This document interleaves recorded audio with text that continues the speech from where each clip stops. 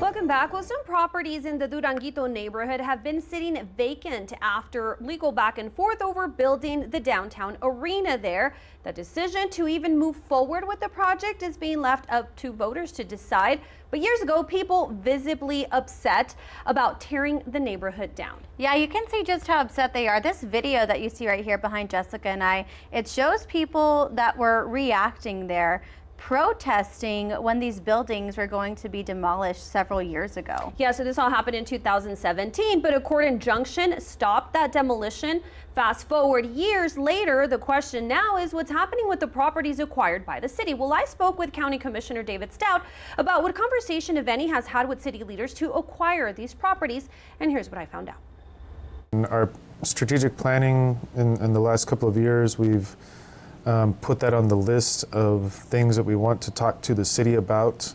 El Paso County Commissioner David Stout told KFOX 14 last year the county might have some interest in purchasing in the Duranguito neighborhood. As we've reported, the city of El Paso bought 19 of the properties here and in March opened a request for interest to get proposals from some potential buyers. It seems to me like at least the mayor, I don't know about the rest of the council, but they want to sell those properties for the amount that they paid for them, which I think is going to be very difficult because they paid probably 3 times more than they were worth. To me, it seems like it would be better if we could create some type of either private-public partnership or have private entities purchase those properties so that they're not taken off the tax rolls. KFOX 14 asked the city about what conversations had been had with commissioners about the area and an update on the selling of the properties. Spokeswoman Laura Cruz Acosta telling us some talks have been had with the county staff, but that no formal proposal had been received from them. But Stout says that for the last year and a half, commissioners have been asking for a joint meeting with city council members and the mayor to discuss, among other things, the Union Plaza area. That's one of those things that we'd like to talk about a little bit higher than the staff level.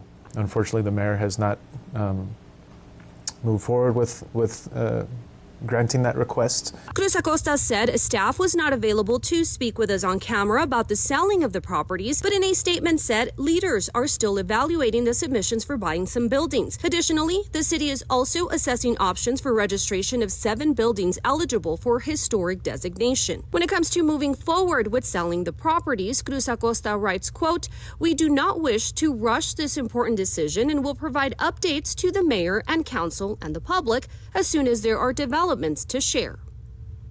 And so we asked our Facebook viewers what they would like to see done with the properties in this area. Take a look. Charlie Garcia says properties are old, not worth keeping. I understand that it's a historical area, but nonetheless old and crumbling. A new project like the arena might make more sense. Same happened with the baseball stadium, and we moved forward.